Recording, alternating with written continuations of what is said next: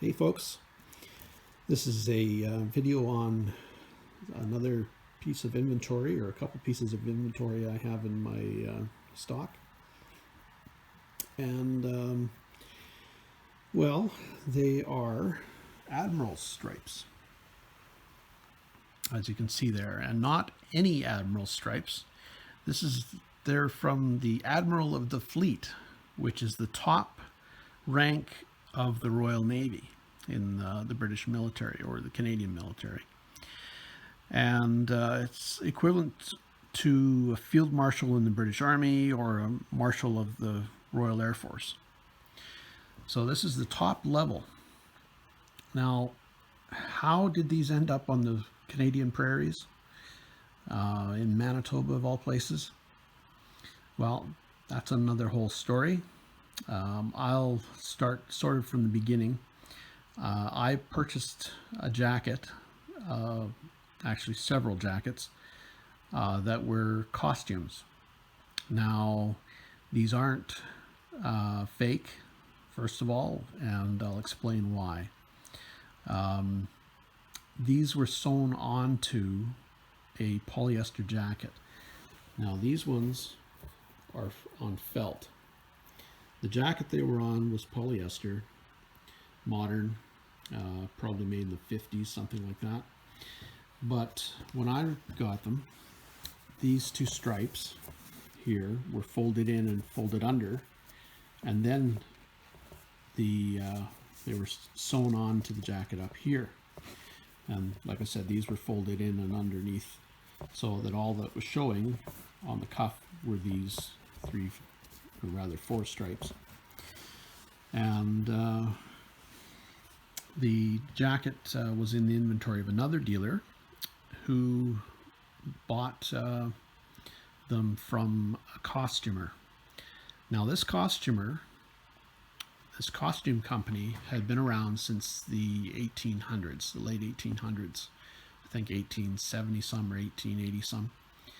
I'd have to dig into the history again to get the exact dates for you. But anyway, the company was called Malabars.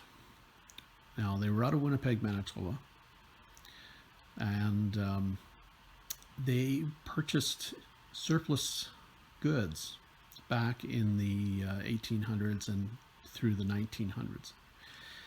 And what they did was buy these surplus military uniforms, they had fireman uniforms from Germany.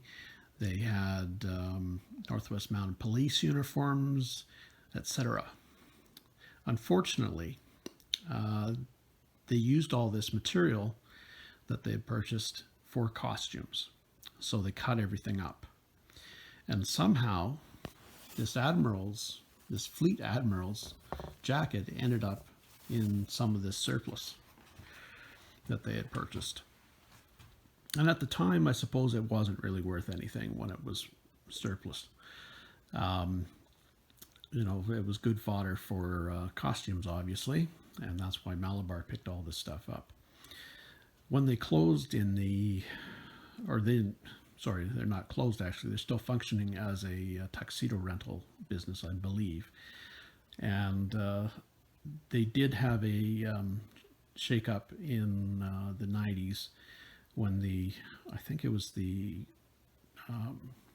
employees ended up purchasing or ended up obtaining the business, and they liquidated some of the inventory, and when they got rid of the costuming portion, they got rid of the rest of the costume inventory.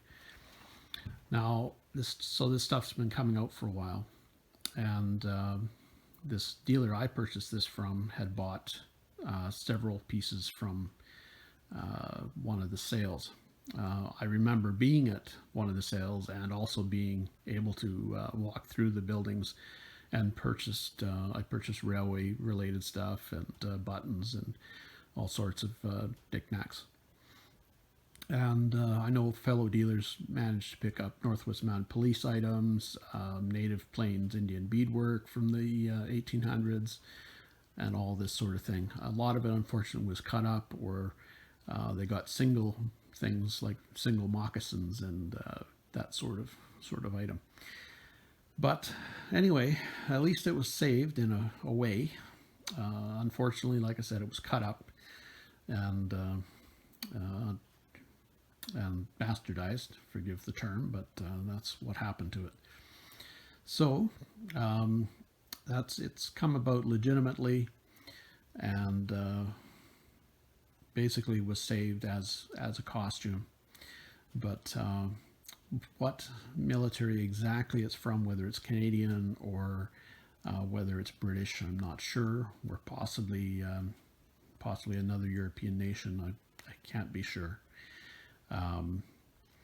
Somebody I'm sure can, with more knowledge on the British Navy, can tell me more, or some specialist.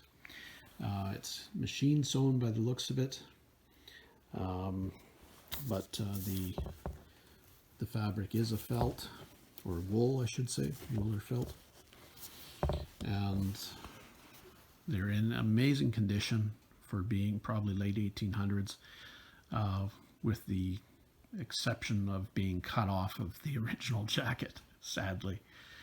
But they exist. They're here on the Canadian prairies at Fedora Antiques. So anyway, thought you'd be interested in that bit of a story. Happy picking, safe picking. Take care.